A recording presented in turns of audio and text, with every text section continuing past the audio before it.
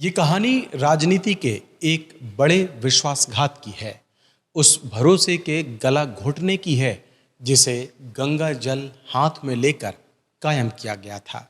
एक सीएम का वादा दूसरे से था कि मैं लौट कर आऊं तो तुम कुर्सी छोड़ देना, लेकिन कुर्सी की चाहत वो भी सीएम की हो तो भला छूटती कहाँ है। नमस्कार, मैं हूं शरद और आप हैं द प्रेस हिंदी के साथ। तारीख 23 अगस्त 2004। उमा भारती के इस्तीफे के बाद बाबूलाल गौर ने मध्य प्रदेश के 16वें मुख्यमंत्री के तौर पर शपथ ली।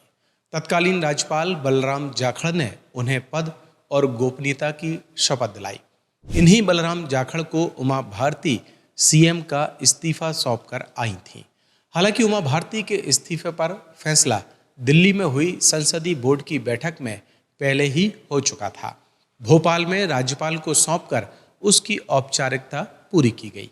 उमा का इस्तीफा और गौर का मुख्यमंत्री बनना मध्य प्रदेश की राजनीति का एक ऐसा घटनाक्रम है जिसे गंगा की कसम तोड़ने की सबसे बड़ी मिसाल के तौर पर आज भी सुनाया जाता रहा है। तो किस्सा कुछ यूं है कि कर्नाटक में हुबली की एक अदालत ने दंगा भड़काने के 10 साल पुराने एक मामले में उमा भारती के खिलाफ वारंट जारी कर दिया था।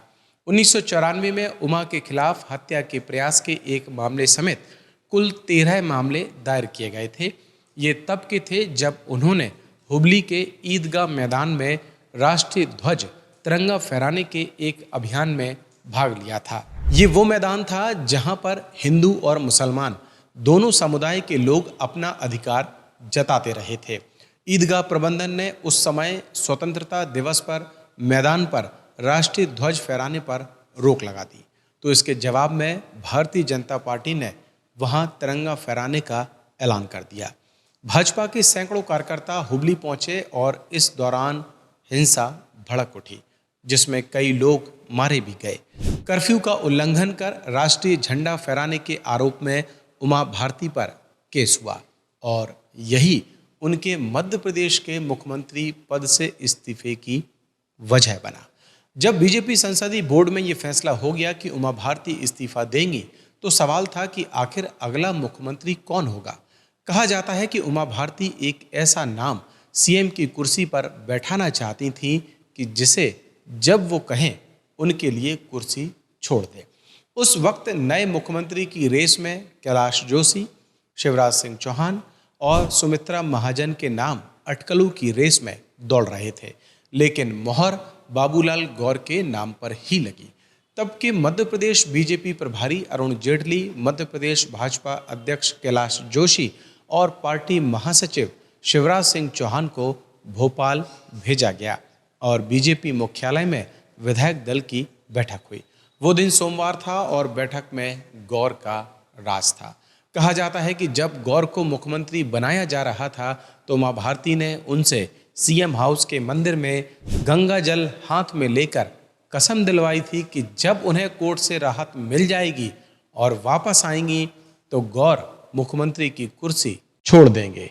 तब गौर ने उन्हें हाँ में जवाब दिया था, लेकिन बाबूलाल गौर ने मुख्यमंत्री की कुर्सी संभालने के 4 दिन बाद ही किए कैबिनेट विस्तार में उमा भारती के कोटे के 3 मंत्रियों को बाहर का रास्ता दिखा दिया। तीनों नेताओं की जगह 3 नए मंत्री बना दिए गए।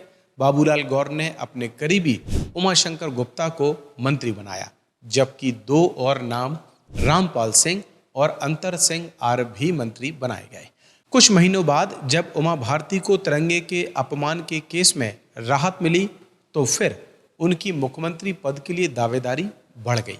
मीडिया रिपोर्ट्स की माने तो राहत मिलने के कुछ वक्त बाद ही उमा भारती के करीबी प्रहलाद पटेल ने एक इंटरव्यू में पूछे गए सवाल के जवाब में उमा भारती को फिर से मुख्यमंत्री बनाए जाने की इच्छा जाहिर कर दी। उनका ये कहना था कि जिस वजह से उमा भारती ने पद छोड़ा था वो अब नहीं रही, लिहाजा उन्हें उनका हक मिलना चाहिए। इस बयान ने सियासत में भूचाल ला दिया और सबकी नजरें गौर की तरफ घूम गई। कहा जाता है कि उमा भारती ने बाबूलाल गौर को कस्में वादे याद दिलाए, लेकिन गौर तब तक सब कुछ भूल चुके थे और उन्होंने पद छोड़ने से इनकार कर दिया।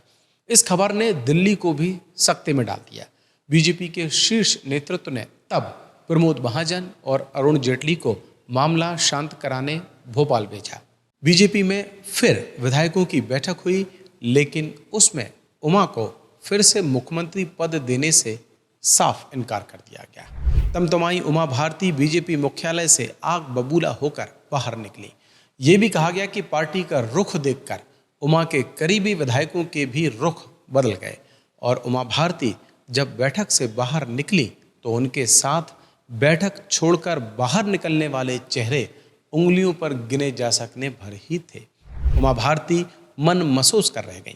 हालांकि गौर भी ज़्यादा वक्त तक मुख्यमंत्री नहीं रह सके और 29 नवंबर 2005 को उन्हें पद से इस्तीफा देना पड़ा, जिसके बाद मध्य प्रदेश में शुरू हुआ शिव का राज, जो अगले 20 साल से ज़्यादा वक्त तक कायम रहा।